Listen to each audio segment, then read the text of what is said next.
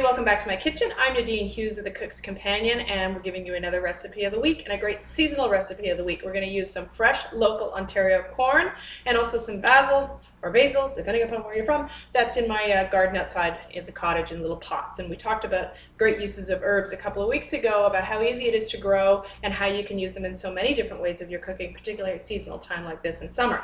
So we get some great local corn around here up in, I'm in Georgia Bay area, but sometimes as great as the corn is on the cob, I get a little tired of it, just the same old thing. So I'm gonna make some corn and basil fritters for you, and they're really simple, easy to do.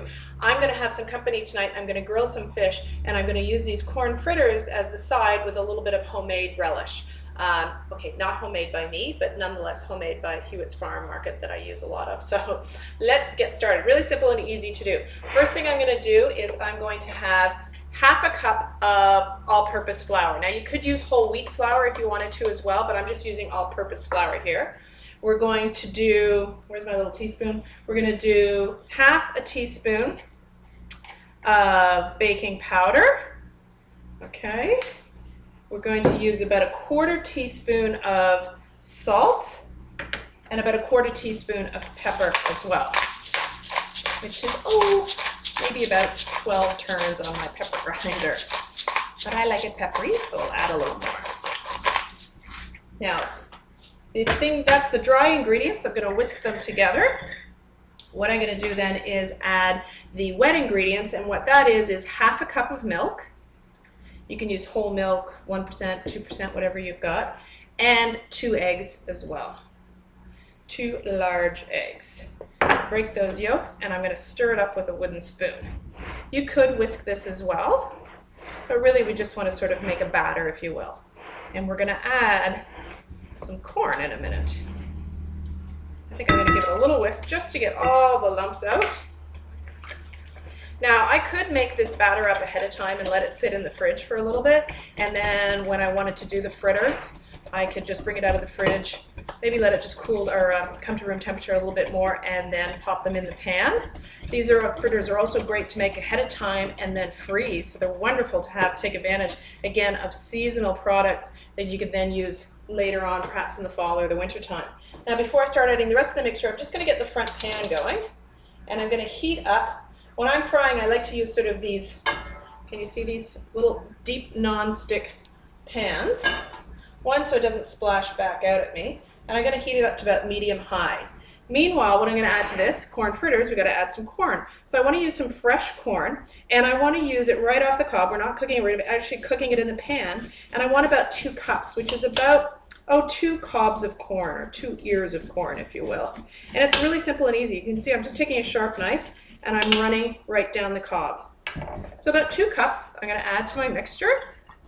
Now, if you're doing this out of season or you don't have any local corn yet, then you can use frozen corn, you can use canned corn, not the cream style, but just the regular. And that could be perfectly good as well. But these are nice, sweet, fresh corn. Then I'm going to use about a half a cup of chopped basil. And we're going to mix that together. So we've really just created a batter here. Now, if you didn't have basil, you could use oregano, you could use parsley, tarragon would go nicely again with corn, but I like the basil. And that is your batter. Simple and easy to do. Getting my pan heated up, as I said, I'm going to take some corn oil, or you can use canola, you can use vegetable, and I'm going to use about a tablespoon. We're going to probably do 2 tablespoons in total, but about a tablespoon right now, because we'll have to do these in a couple of batches. And they only take a couple of minutes per side. Now, when you're heating up pans to fry things, you want to heat the pan up first, then add your oil or your butter, let that come up to some heat, and then add what you're cooking, okay? So, I got some workmen going on in the back, so if you hear some noise, that's what's happening. I'm going to take about, you want these to be about 3 inches in diameter roughly, or about a quarter of a cup. And we're going to add these to the pan. Good sizzle. And I probably, in this size pan, can fit about 4 to a pan. And I want to make sure that I get lots of corn and lots of basil in each. And it's going to take about 2 minutes per side, roughly. What we're looking for is start to get the corn to be cooked through, obviously. So have some of that egg, flour, and milk mixture set. which is almost sort of like your pancake mixture, if you will, and have the edges cooked around the outside, because then it's actually easier to flip it over. Now, some of the stuff that would be really nice with it, I'm just going to grab the relish. I'm going to keep talking to you, but you can't see me, because I wasn't prepared to get this out, but you guys will survive. Okay. I'm going to use like a chili sauce, a tomato sauce. It's going to be really nice with that. These would be really good if you did them in small, or maybe only about 1 inch diameter. They'd be really nice as a great nibble with a cocktail on the dock or in the backyard. And again, but I'm going to be serving it with some grilled fish tonight, a little bit of cucumber salad, and then some of this chili sauce on the side. And it's really lovely and yummy. Okay, so my edges are just starting to be cooked through. Can't really show it to you. I'll show it to you when I flip it. Basically, I want to be able to get my spatula underneath, just like I'm flipping pancakes. Oh yeah, I'll show it to you in a second. Hold on.